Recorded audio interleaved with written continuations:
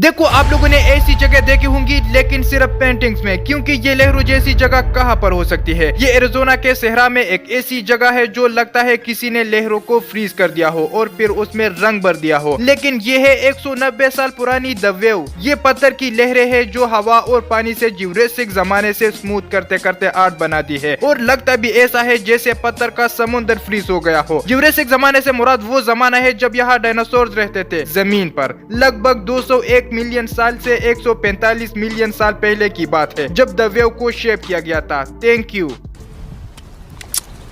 Love you.